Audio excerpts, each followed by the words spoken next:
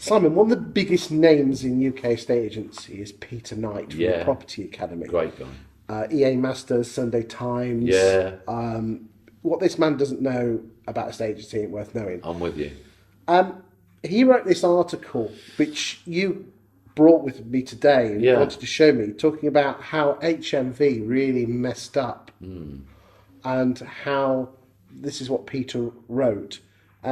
I know this means a lot to you. Yeah, it does. So, are you happy to share with the? Yeah. You know, you said to me, Chris, I want to share this with the Yes. world.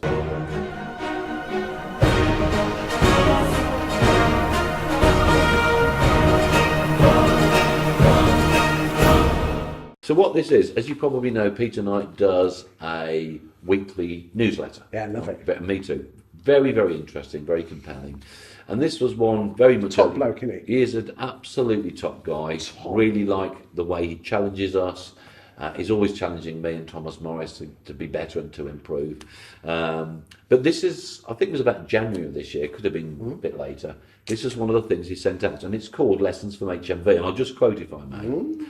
In 2002, the board of HMV were told by Beechwood, their marketing agency, I quote, "The three greatest threats to HMV are online retailers, downloadable music, and supermarkets discounting loss leader product." Okay?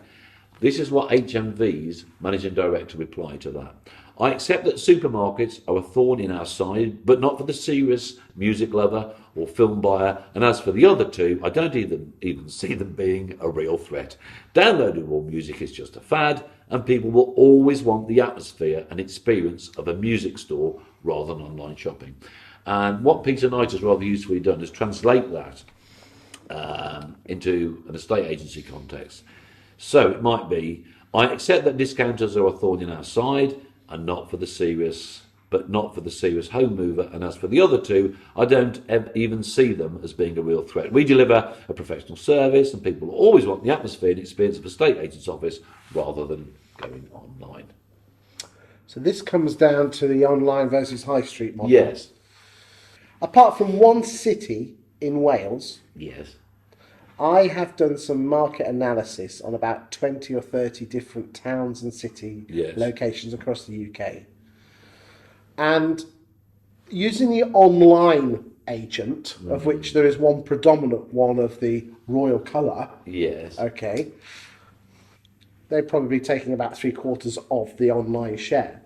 They're not growing at a huge amount, and the average is around I think you and I are going to 1-2%. have a bit of a difference of opinion on this. 1 or 2%. No, honestly, 1 Yeah, or 2%, or I 2 or agree. 3.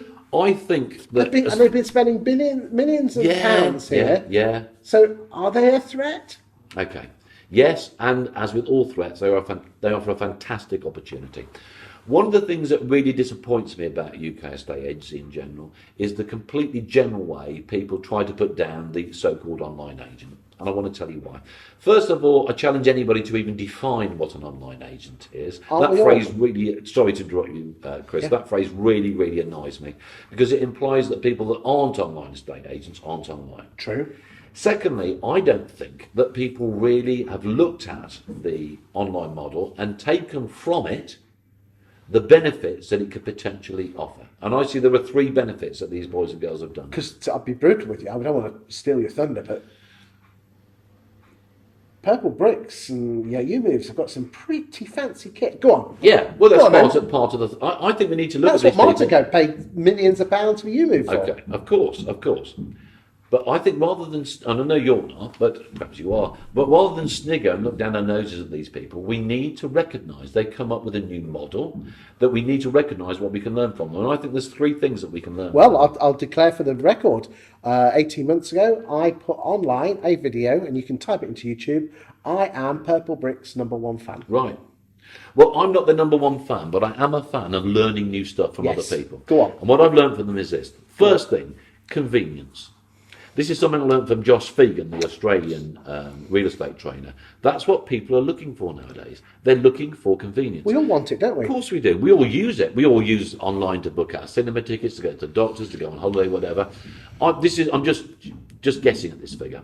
I reckon 75% of UK estate agents do not offer the facility for somebody to go and book a valuation. What percentage? Online. 75%. I reckon it's probably nearer 90%. Could well be. But that is, to my mind, just extraordinary. Purple bricks. And when you actually say book online, you actually go into a diary and say, Yes. I want 12 o'clock. 12 o'clock on Wednesday or 3 o'clock on Friday, whatever it is. Okay. Most agents do not do that. Purple bricks, I don't know if they were the first to offer it, but they were certainly the most high-profile agents. So learn from what they've done. Convenience matters.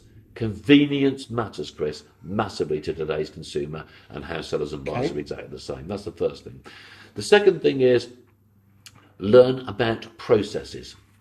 Now, I absolutely understand, totally understand, this is a people business, but those people process, the people situation needs to be backed up. The person-to-person situation needs to be backed up by really strong processes.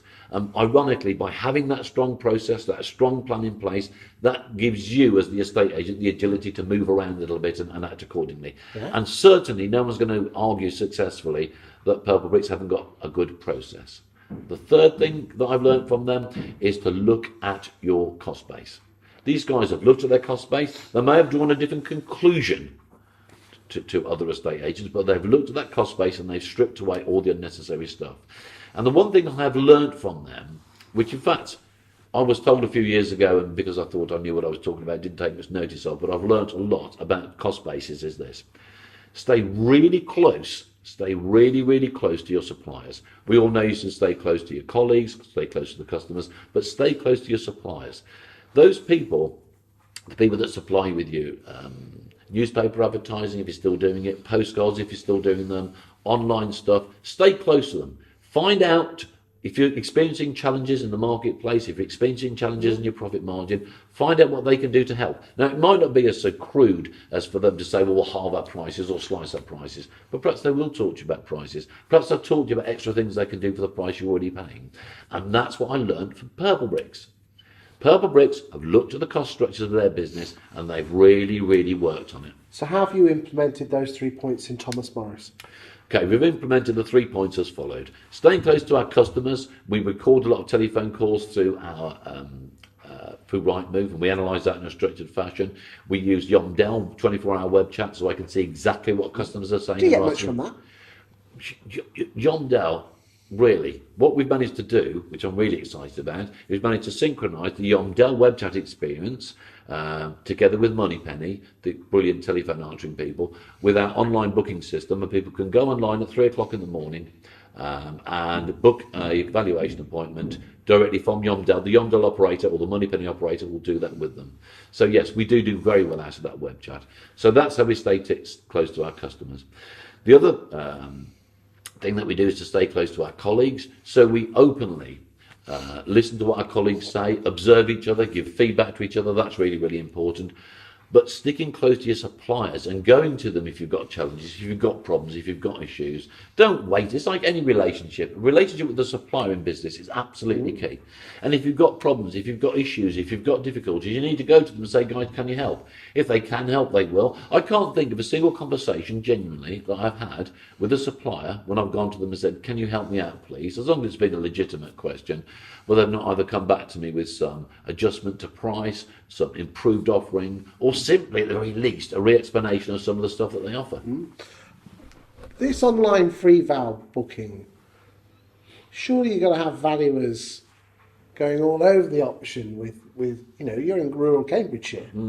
Yeah. How have you found that work? Okay, well, again, as we're in completely honest mode, we have had the odd problem. But what we decided to do at Thomas Morris was, rather than looking at the problem by saying this is what we would ideally like to do, we looked at it from the viewpoint of the consumer. And what the consumer wants is to have the appointment that they want at the place they want at the time that they want. And sometimes, very surprisingly low amount of times, but sometimes an appointment's been booked and it's had to be adjusted. But for us, it's been absolutely fantastic. Could you share with me that tip when we were having a cup of tea earlier on about when people book their valuation? Because this just blew me away. Yeah, go on. Do you mean when I was saying to you about the psychology of the people that were booking when they were booking their appointment? Yeah. A number of people we found, because particularly when we first started using the online booking system, I was very keen to get feedback as to why people were choosing to use that method as opposed to any other method. And a significant proportion of people were making these appointments. I get all the online appointments, I get a little ping in my email system because I get very excited about it. I noticed a lot of them were coming at lunchtimes. And what was happening is that when we were questioning people about this is what they were saying to us. They were saying the reason we wanted to do this at lunchtime is that we didn't want to speak to a human being. I didn't want my work colleagues around me hearing that I was thinking about selling my home or moving home. That's why they made the appointment online. Have the number of valuations remained the same, but just more are going through the online booking? Great question. They've remained about the same. I mean, do you mind sharing the proportion of online booking to not online booking to normal? No, I don't. I'm just trying to think what it would be. It would be roughly about 15% online booking. Okay. And what system do you use to do your online booking? We use a system called Engage. Okay. And where do we get that from then? Well, the Engage system is provided by the Guild of Professional Estate Agents. Oh, I love the Guild. Professional property professionals, they whatever. changed their name. The Guild. The Guild. Yeah, so do I. But there are plenty of systems around. And that books directly into your diary, does it? It isn't booked directly into our diary. As far as the customer's concerned, it's booked straight into the diary. Okay, and then you just have to transfer it across. Yep, that's it. Good stuff. Is there anything else you want to share with us with regard to this? No, Well, thank you very much. not at all.